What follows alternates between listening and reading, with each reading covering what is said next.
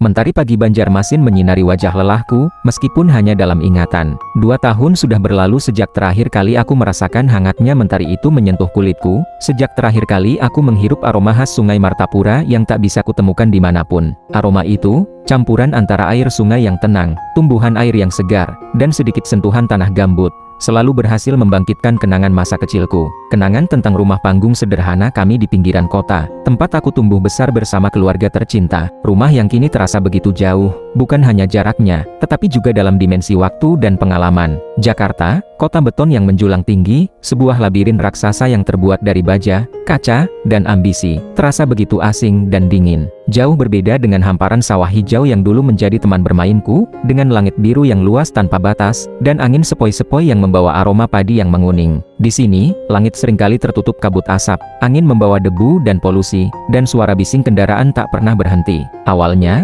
semangatku membara seperti api unggun di malam yang dingin. Mimpi besar untuk menggapai kesuksesan, untuk mengubah nasib keluarga, membutakan mataku dari kenyataan pahit perantauan. Aku datang ke kota ini dengan harapan setinggi langit, dengan keyakinan bahwa kerja keras dan ketekunan akan membawaku menuju gerbang impian. Aku melamar pekerjaan di berbagai tempat, mengikuti wawancara demi wawancara, hingga akhirnya diterima sebagai staf administrasi di sebuah perusahaan swasta kecil. Aku bekerja keras, bahkan bisa dibilang gila-gilaan. Lembur hingga larut malam sudah menjadi bagian dari rutinitasku. Aku rela mengorbankan waktu istirahat, waktu untuk bersosialisasi, bahkan waktu untuk sekadar menikmati hidup. Semua itu kulakukan demi satu tujuan, mengirimkan uang sebanyak mungkin untuk keluarga di kampung halaman. Aku ingin membantu ibu melunasi hutang, membiayai sekolah adik-adikku, dan memperbaiki rumah kami yang sudah mulai rapuh. Setiap rupiah yang kukumpulkan terasa begitu berharga, setiap tetes keringat yang jatuh bagai pengorbanan untuk masa depan. Aku merasa bangga bisa membantu keluarga, bisa meringankan beban mereka. Namun, seiring berjalannya waktu, kelelahan fisik mulai menggerogoti tubuhku.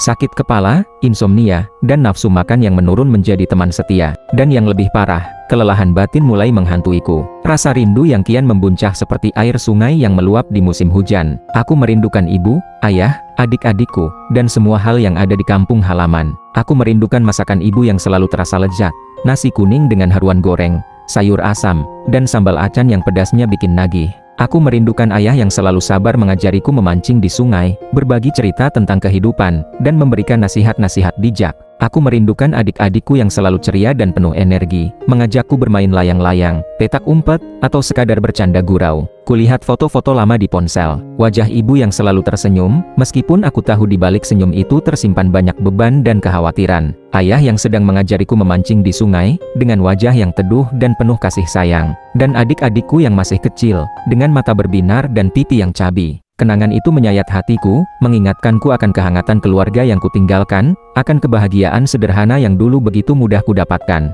Di tengah hiruk-pikuk kota, aku merasa begitu sendiri, terasing di tengah jutaan manusia. Aku melihat orang-orang berlalu lalang dengan wajah datar dan tatapan kosong. Mereka sibuk dengan urusan masing-masing, tanpa peduli dengan orang lain di sekitarnya. Aku merasa seperti sebatang kara di tengah lautan manusia, tanpa ada yang mengenaliku, tanpa ada yang peduli padaku. Malam-malam sunyi di kamar kos mungilku, yang hanya berukuran 3 kali 3 meter, aku seringkali menangis terseduh-seduh. Kamar kos yang pengap dan berbau apek itu menjadi saksi bisu kesedihanku, tempat aku melampiaskan segala kerinduan dan kesepian. Suara azan maghrib dari masjid dekat kos, yang seharusnya menenangkan hati, justru semakin menguatkan rasa rinduku pada kampung halaman. Suara itu mengingatkan akan keakraban sholat berjamaah bersama keluarga di langgar dekat rumah, akan kebersamaan yang selalu kurindukan. Aku merindukan makanan khas Banjarmasin, ikan patin bakar yang dagingnya lembut dan bumbunya meresap, soto Banjar yang kuahnya kaya rempah dan aromanya menggugah selera, dan bubur pedas yang rasanya unik dan bikin ketagihan. Makanan-makanan itu tak pernah kutemukan rasa senikmat buatan ibu. Setiap kali aku mencoba mencari makanan yang mirip di Jakarta, rasanya selalu berbeda, selalu ada sesuatu yang kurang.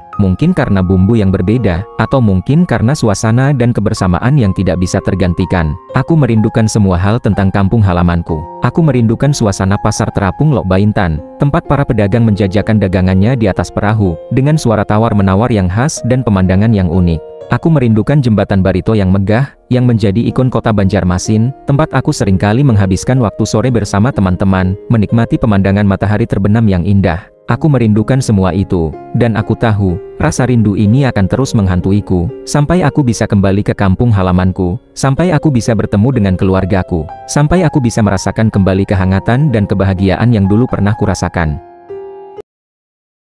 Hari ini, aku memutuskan untuk menulis surat untuk ibu. Bukan sekadar surat berisi kabar baik dan jumlah uang kiriman, tetapi curahan hati yang selama ini terpendam, seperti air sungai yang akhirnya menemukan jalan untuk mengalir ke laut. Tangan ini gemetar, menuliskan setiap kata dengan penuh perasaan, dengan tinta yang seakan-akan membawa air mata yang tak mampu lagi kubendung. Aku duduk di meja kecil di kamar kosku. Lampu meja menerangi kertas dan pena, menciptakan suasana yang sunyi dan intim. Di luar, suara hiruk-pikuk Jakarta masih terdengar samar, tetapi di sini, dalam ruang kecil ini, hanya ada aku dan kenangan. Aku memulai surat dengan salam yang sederhana. Assalamualaikum, Ibu. Kata-kata itu terasa begitu berat, seakan-akan membawa beban rindu yang selama ini kutekan. Aku menceritakan tentang lelahnya bekerja, bukan hanya lelah fisik, tetapi juga lelah batin. Aku menggambarkan betapa capeknya menghadapi tekanan pekerjaan, persaingan yang ketat, dan kejamnya hidup di kota besar ini. Aku tidak ingin ibu khawatir, tetapi aku juga ingin ibu mengerti kondisi sesungguhnya yang kualami. Aku menuliskan tentang kesendirian di kota besar ini, tentang bagaimana aku merasa terasing di tengah jutaan manusia. Aku menggambarkan bagaimana aku merindukan keakraban keluarga, suara tawa adik-adik, dan canda gurau ayah. Di sini, aku hanya bertemu dengan orang-orang yang sibuk dengan urusan mereka sendiri, tanpa ada waktu untuk berbagi cerita, untuk saling peduli. Rasa kesepian itu begitu mencekam, seperti bayangan yang selalu mengikutiku kemanapun aku pergi. Aku melukiskan dengan kata-kata betapa aku merindukan aroma tanah basah setelah hujan di kampung, aroma yang begitu khas dan menenangkan. Aku menggambarkan betapa aku merindukan suara riuh burung-burung di pagi hari, suara yang begitu merdu dan menyejukkan hati. Aku menuliskan tentang keramahan tetangga yang selalu saling membantu, tentang kebersamaan yang begitu kental di kampung halaman. Semua itu terasa begitu jauh, seperti mimpi yang indah namun sulit untuk diwujudkan. Aku bercerita tentang makanan-makanan khas Banjarmasin yang kuringankan, ikan patin bakar dengan sambal kecap, soto Banjar yang kuahnya kaya rempah, dan kue amperan tatak yang manis dan legit. Aku menggambarkan betapa aku merindukan masakan ibu, yang selalu terasa lezat dan penuh kasih sayang. Rasanya, tidak ada makanan di Jakarta yang bisa menggantikan kelezatan masakan ibu. Setiap kali aku mencoba makanan baru, aku selalu membandingkannya dengan masakan ibu, dan hasilnya selalu sama, masakan ibu tetap yang terbaik. Aku menuliskan tentang kenangan masa kecilku, tentang bagaimana aku bermain di sawah bersama teman-teman, tentang bagaimana aku memancing di sungai bersama ayah, dan tentang bagaimana aku belajar mengaji di langgar bersama ibu. Kenangan-kenangan itu begitu indah, mengingatkanku akan kebahagiaan sederhana yang dulu begitu mudah kudapatkan. Sekarang, kebahagiaan itu terasa begitu jauh, seperti bintang yang bersinar di langit malam, indah namun tak terjangkau. Aku juga menuliskan tentang impianku untuk segera pulang, untuk kembali ke pelukan ibu, untuk kembali merasakan kehangatan keluarga. Aku berjanji akan selalu berusaha keras, demi masa depan keluarga dan untuk segera mewujudkan impian itu. Aku tahu, jalan menuju kesuksesan masih panjang dan penuh tantangan, tetapi aku tidak akan menyerah. Aku akan terus berjuang, demi keluarga yang kucintai. Air mata membasahi pipiku saat menuliskan kata-kata terakhir. Aku memohon maaf atas ketidakmampuanku selalu berada di sisi ibu. Aku berjanji akan selalu berusaha keras, demi masa depan keluarga dan untuk segera pulang. Surat ini bukan hanya sekadar surat, tetapi sebuah jembatan yang menghubungkan rinduku dengan kehangatan keluarga di kampung halaman. Sebuah jembatan yang terbuat dari tinta dan air mata, sebuah jembatan yang semoga bisa meringankan beban rindu yang tak pernah pulang. Aku melipat surat itu dengan hati-hati, menaruhnya dalam amplop, dan menulis alamat dengan tangan yang masih gemetar. Aku membayangkan ibu menerima surat ini, membayangkan senyumnya yang lembut, dan pelukan hangatnya. Bayangan itu memberi sedikit kekuatan, sedikit harapan, di tengah kesendirian dan kelelahan yang kualami. Ya, aku akan pulang. Aku akan kembali ke kampung halaman, ke pelukan ibu, ke tempat di mana rinduku akan menemukan pulang. Itu adalah janjiku, janji yang akan kupegang teguh sampai akhir hayatku.